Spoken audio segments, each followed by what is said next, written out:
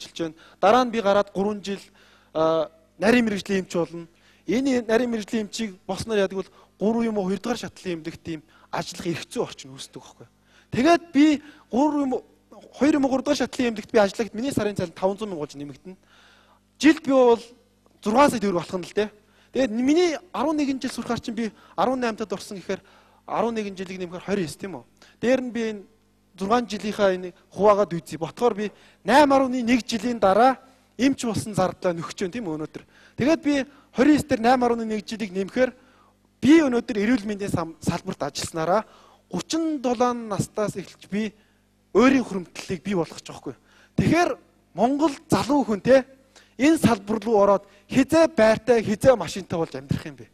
Өнөөдөр эрүүл мэндийн салбарт ажиллагчдын дунд цагийн нэг цагт болж байгаа мөнгө бол 1500 төгрөг. Уул уурхаад ажиллаж байгаа нэг залуугийн цагийн мөнгө 100000 төгрөг.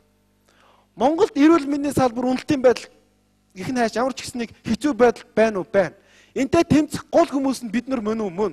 Гэтэл би ийм бага цалингаар 37 наснаас миний амьдрал эхэлсээр байтал би эрүүл мэндийн салбар руу орох уу? Гадаадд 100,000 долларын сургуульд төлбөрөө төлөөд ирсэн монгол залуу та бүхнийг миний аав ээжийг эмчлэхээр Монголд ажил хийх үү? Бидний нэг ботох цаг нь бол үнэхээр болсон юм байна гэдэг. Тэгээд би эндээс бол ийм байгаа.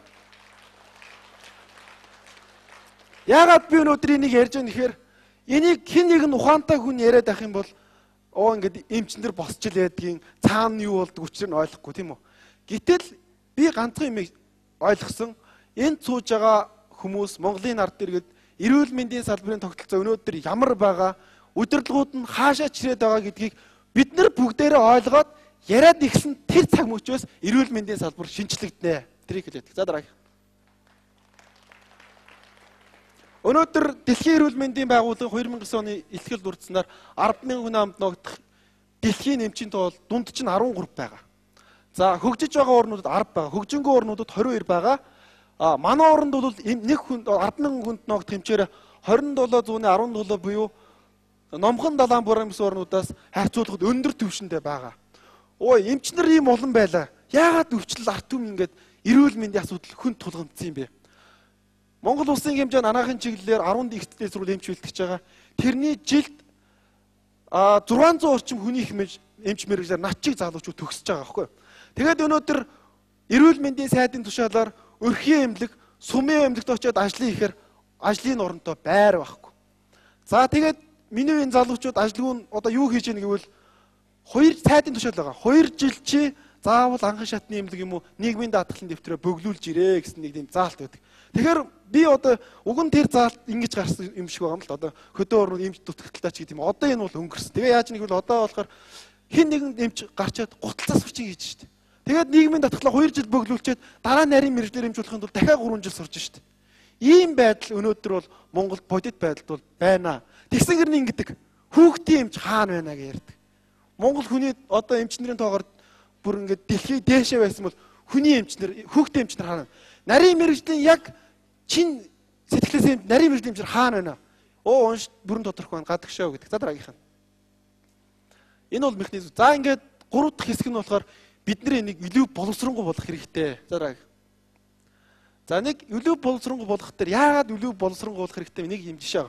Монголд өнөөдөр давхарцсан цоогоор 350,000 хүн гадагшаа явдаг. Ямар нэгэн байдлаар. Тэрнээс 20-с 25,000 хүн яадаг гэвэл эрүүл мэндийн тусламж үйлчилгээ авахар явдаг. За энэ 2005 онд хийсэн нэг хүний судалгаа байна. Энэ болохоор нэг хүн дунджаар гадагшаа явахдаа 5.6 сая төгрөгийг зарцуулж эрүүл мэндийн тусламж үйлчилгээнд зарцуулдаг юм байна гэсэн. Тэгээ би нэг 20,000 төгрөгөөр үрчгээр 112 тэрбум төгрөгийг Монгол хүн жил болгон гадагшаа гаргаж байгаа. Та нар нэг юм бод. 2010 он эрүүл мэндийн салбарын төсөв 250 тэрбум байсан. Тэгэхээр бараг 50% төсвийг монголчууд гадагшаа гаргаж явуулсан байна. Тэгээ бас нэг юм судалгаа байдаг. Сүүлийн 3 жилд монголчууд 278 тэрбум төгрөгийг гадагшаа гаргасан юм а гэдэг. Энэ одоо ямар учиртай мөнгө вэ гэхээр хардаа. Сонгодоо шиг эмнэлгийг 27 ширхэг Монгол барих мөнгө баггүй юу? Нэгдүгээр эмнэлгийг 10 жил тэжээг төсөв. Нэг баяртай мэдээ бол байгаа. Одоо ингээд Монголд утахгүй нэг онцлогоо эмчилгээний нэг 60 тэрбум төгрөгтэй ийм онцлогоо эмчилгээ төв баригднаа гэдэг нэг юм явж байгаа. Энэ бол явах юм бол гадагшаа өрсөх мөнгөний хэмжээ саарна. Гэхдээ нэг юмыг ойлгох хэрэгтэй. Тэр үйлчилж байгаа хүрээнд зөвхөн Улаанбаатарын хэмжээ. Магадгүй Увсаас, Ховдоос, Дорногоос ирж байгаа өнөөдөр Улаанбаатар хот уншлуулаа гэд ирж байгаа хүмүүсийн онгоцны зардал, энд амьдрах мөнгийг ботхоор бас л энэ гадагшаа өвсөн шиг мөнгө гарна.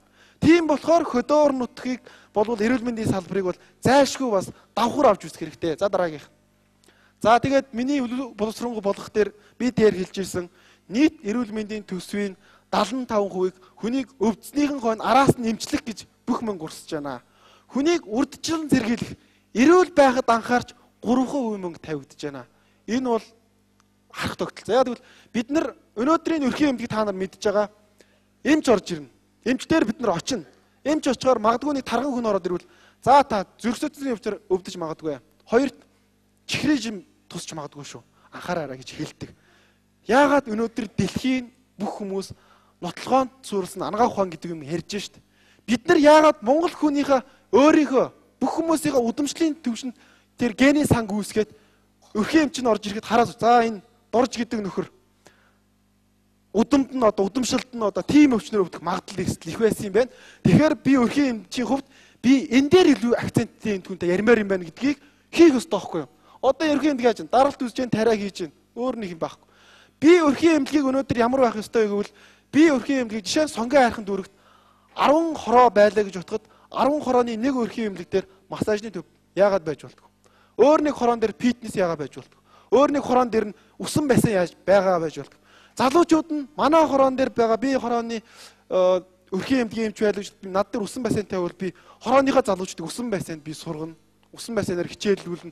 Бусад хорооныхын хөнгөлөлттэй үеэр ирнэ. Би ахмадуудаа тэр амралт чирэгжүүлтийн төв рүү өөр хороо руу явуулна. Ингээд ягаад бид нар бүтээгдэхүүнээс солилцоод өрхийн эмнэлэг зөвхөн л нэг тийм нэг хүн орж ирээд гардаг нэг жирэмсний одоо нэг жоох юм хийдэг нэг тиймэрхүү байгууллага яагаад байдаг юм бэ гэдгийг би нэгдүгээр хэлмээр санагдсан. Тайландд нэг юм жишээ байдаг. Өрхийн эмнэлгийн эмч бол хамгийн мундаг доктор нь байдаг. Яагаад тэгэхээр өрхийн эмнэлэг дээр бүх даатгал, эрүүл мэндийн даатгал очдог. Өрхийн эмнэлгийн эмч бол дурж ч юм уу хин нэгэн хүн өвтгөхөд дараагийн шатлалын эмнэлэг рүү явуулахад төсвийг өөрөөсөө гаргаж өгдөг байхгүй юу? Тийм болохоор өрхийн эмнэлэг яадаг бол хорооных энэ зүүж байгаа бүх хүмүүсийг эрүүл байлгахыг хүсдэг. Тэгвэл бүх мөнгө нь минийх. Хин нэгэн хүн өвдө дараагийн шатлал рүү бол би тэр төсвөөсөө зараа явдаг. Тийм болохоор ийм зарчим руу хэдүүлээ орё гэдэг зарчмыг хэлж байгаа. За дараагийн.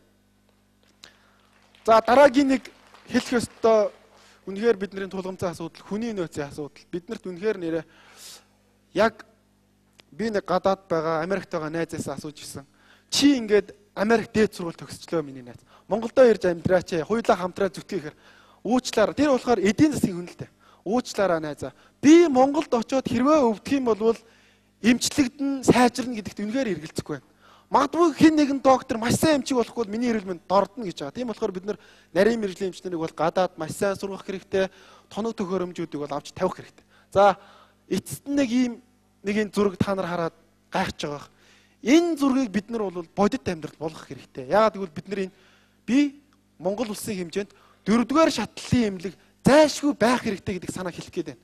Өнөөдөр 4-р шатлалын эмнэлэг юу гэж байна гэвэл их сургуулийн эмнэлэг багхгүй юу? Монголд хамгийн том сургууль бол эрүүл мэндийн шилжүүлэх их сургууль, миний төгссөн сургууль. Тэр их сургуулийн эмнэлэг гэж алга. За Солонгос жишээ нь гадаадын орнууд яадаг гэвэл их сургуулийн эмнэлэг гэж хамгийн их хүчин чадалтай эмнэлэг бай. Тэр нь бол ингээд эрдэмтдийг, докторуудыг бол бэлдэж яадаг. Монгол нийтийн сууж байгаа хүмүүсийн эрүүл мэндийг судалж гаргаж ирээд за одоо ингээд Монголын төр засыг ийшээ явах хэрэгтэй юм байна. Өвчлөл юм байна. Бид нар энэ дээр анхаарах боловсон хүчний бодлогыг зангидж яадаг энэ ганц байгууллага байдаг. Тэгэхэд энэ бол Монгол улсад бол зайлшгүй хэрэгтэй. Өнөөдөр юм бол байхгүй. Би өнөөдөр ангаахыг 48 сая төгрөгөөр эмч боллоо гэдээ ярьсан. Магадгүй зарим хүмүүсийн чихэнд бол том тоо сонсогдож яж магадгүй. Миний бодлоор бол маш хэмд зардлаар би эмч болсон азтай хүн бохгүй юу. Би гадаадд очиод сурах гэвэл жилийн нэг төлбөр нь би жилд өхөл мөнгө бохгүй юу. Тэгээд эрүүл мэндийн салбарын төс үнэхээр бид нар ингээд зарим хөгжүүлэх ёстой юм бол хөгжүүлэх хэрэгтэй. Яагаад гэвэл магадгүй хин нэгэн та анаахт сурдаг оюутан байгаа. Эмшүүс төлбөрөө нэмлээ гэхээр бөөн жагсаал цуглаан тэмцэл болдог. Тэгэнгүүт боловсруулалтын яамнаас нэг юм за 9.9 өд барин шүү. Нэг орондоо дууд барьж нэмэн шүү гэдэг. Энийний үр дүнд юу үсэж гэнэ гэж? Энийний үр дүнд би хулган алж үзээгүй. Булчин хүний булчин яаж агшдгийг би гараар барьж мэдрээгүй. Яагаад тэгэхээр хулган хүм оюутан болгоны тоогоор хулган алах төсөв тэр юм шүүст минь байхгүй. Яагаад гэвэл одоо сургуулийн програм яаж нэгвэл видео бичлэг болцсон. За ингээд хулган ингээд аллаа, булчингуудын тогон зохицуулаа. Тэр нөгөө булчингууд нь яаж агч нэг хар гэдэг. Иймэрхүү л би эмч болсон. Гэхдээ би Монголын эрүүл мэндийн салбарын төлөө зогсолтгүй тэмцэнэ гэж хэлмээр байна. За ингээд энд хүрэлцэн ирсэн ах эгч нар